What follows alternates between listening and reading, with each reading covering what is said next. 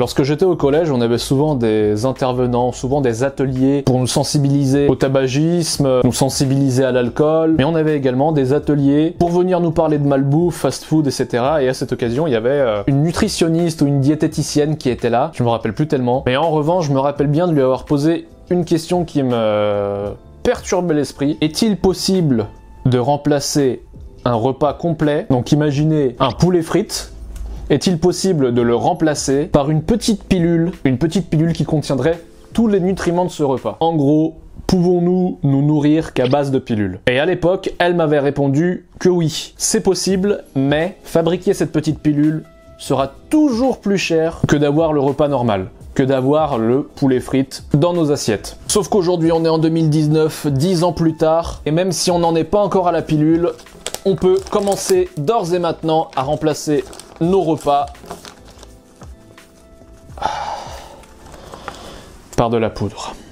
Et oui, en 10 ans, la science et la technologie a bien avancé. Bonjour à Bajour, c'est GouveHD et aujourd'hui, dans cette vidéo, on va essayer de comprendre pourquoi Feed, cette entreprise française, ne veut plus qu'on mange nos assiettes de poulet frites et veut remplacer nos repas par de la poudre ou alors de la poudre agglomérée, ce qui donne cette sorte de barre. Et selon eux, cette barre, c'est un repas complet. Selon eux, cette barre, c'est l'équivalent de mon poulet frites. Même chose pour ce sachet, même chose pour ce sachet. Bon, première chose importante, c'est qu'on voit beaucoup parler de cette nouvelle manière de s'alimenter, que ce soit sur YouTube, que ce soit dans les médias, que ce soit à la télé, alors que ça n'a absolument rien de nouveau. Ça existe depuis plusieurs dizaines d'années. Mais si on en entend parler beaucoup aujourd'hui, c'est pour deux raisons principalement. D'une part, parce que jusqu'alors, c'était plutôt destiné et limité à l'alimentation militaire et également à l'alimentation humanitaire, dans le sens que oui, la barre que vous voyez ici, c'est l'équivalent en nutriments d'un repas complet. Et qu'un militaire sur le terrain, il n'a pas accès à la cantine. Et en cas de crise humanitaire,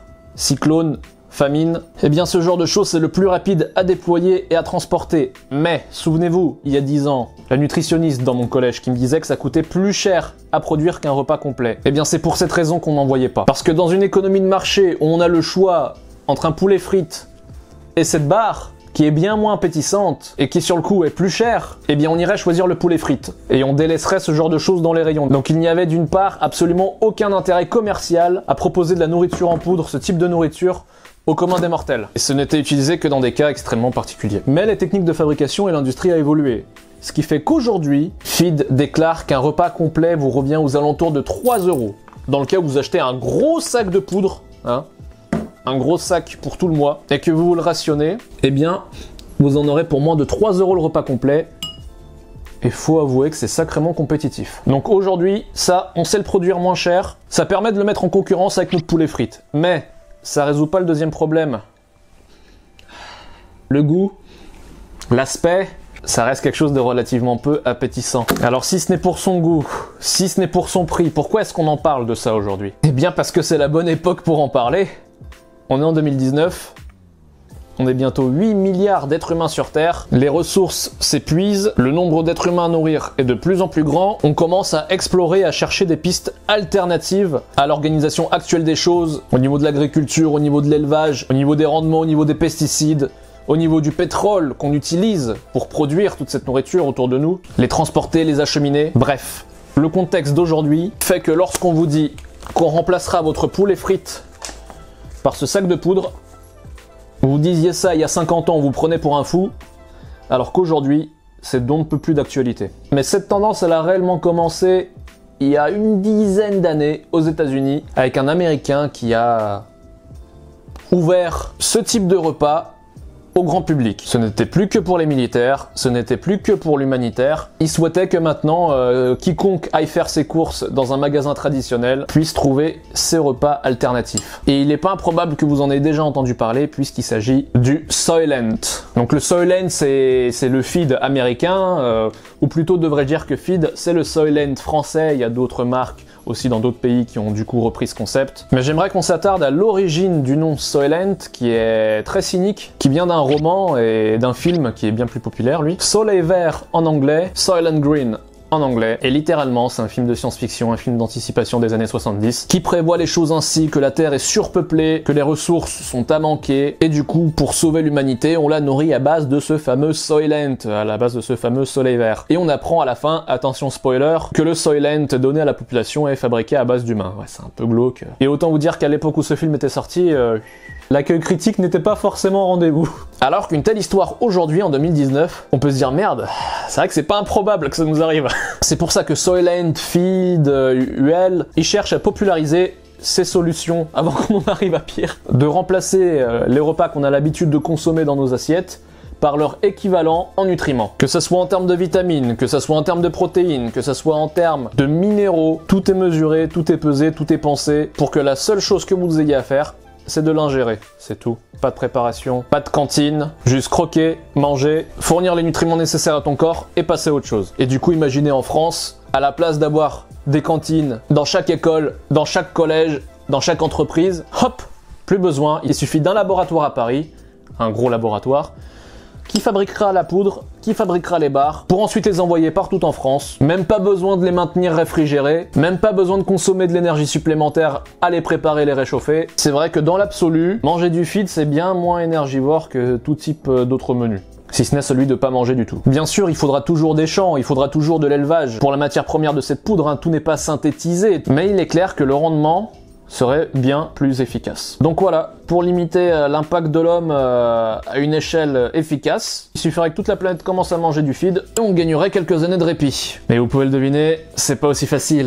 Parce que si on vous donnait le choix entre manger votre poulet frites et manger du feed, matin, midi, soir, lendemain rebolote, matin, midi, soir, surlendemain rebolote, matin, midi, soir.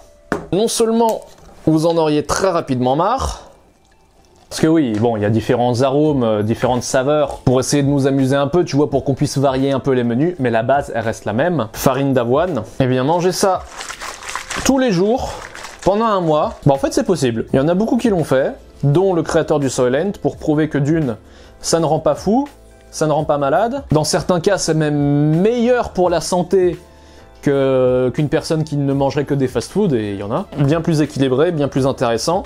Mais le fait de manger, c'est un réflexe naturel de s'alimenter pour survivre. Et quand on consomme de la nourriture, ça nous procure du plaisir. C'est le système de récompense de notre cerveau. Tu manges, dopamine, plaisir. Tu manges, dopamine, plaisir. Il y a beaucoup d'autres choses qui nous font plaisir. Et si on réfléchit bien, c'est toujours dans un but de préservation de l'espèce humaine. Alors que ça, ce liquide, qui n'est pas mauvais, il n'est pas mauvais. Mais une personne qui aura le choix se tournera toujours vers une nourriture traditionnelle, parce qu'on est formaté comme ça. Pour commencer à manger du feed régulièrement, il faut avoir un tout autre état d'esprit. Il ne faut plus voir la nourriture comme quelque chose qui nous fait plaisir, mais il faut voir la nourriture comme quelque chose qui apporte les nutriments à notre corps pour fonctionner, tu vois ce que je veux dire? Un peu comme Neo dans le film Matrix, il ne voit plus autour de lui le monde tel qu'il est interprété par ses yeux, mais il le voit tel des lignes de code. La manière de laquelle il est construit. Eh bien, nous, techniquement, c'est comme ça qu'on doit voir ce qu'il y a dans notre assiette. On ne doit plus voir un poulet frites, on doit voir les glucides, le sel, les vitamines, et même chose pour le feed. On ne doit plus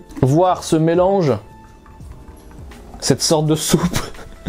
On doit voir tous les nutriments qu'il y a dedans qui vont permettre à notre corps de fonctionner. Et il y a déjà des gens, en 2019 et même avant, qui voient les choses de cette manière. Ceux qui font de la musculation et tous les grands sportifs qui suivent une diète, qui consomment plusieurs repas par jour, leur barquette de blanc de poulet brocoli, ils ne la voient pas comme telle, ils ne la voient pas comme nous, ils voient plutôt les apports qui seront apportés à la construction de leur masse musculaire. Dans le film Terminator 2 aussi, à un moment, t'as le gamin, il pose la question au Terminator, qui s'est reçu des balles, bah t'as pas mal. Il dit que non, il a pas mal. Pour lui, la douleur, c'est juste une information. Eh bien, pour nous, c'est pareil. Pour adopter massivement ce type de nourriture, on doit arrêter d'interpréter et on doit considérer ça pour ce que c'est, des nutriments qui permettent à notre corps de fonctionner et continuer de vivre. Moi-même, je n'ai pas fait 30 jours, j'ai fait 24 heures, histoire de voir. Et moi, j'avais les barres et aussi la poudre à diluer soi-même. Bah, c'est relativement insipide hein, pour ceux qui ont déjà mangé des flocons d'avoine bouillis, c'est ce qui s'en rapproche le plus. Et aussi surprenant que ça puisse paraître, j'avais mangé une barre comme ça. Bah j'avais pas faim après. J'avais pas faim, c'est surprenant, De se dire qu'avec 100 grammes de nourriture, tu puisses combler les besoins d'un repas.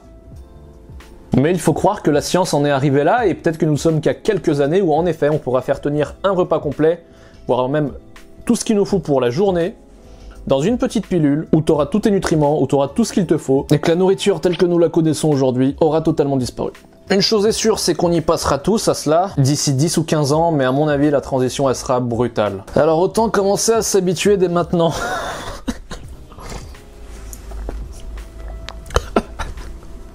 Bref, c'était GouVHD, et je vous dis à plus.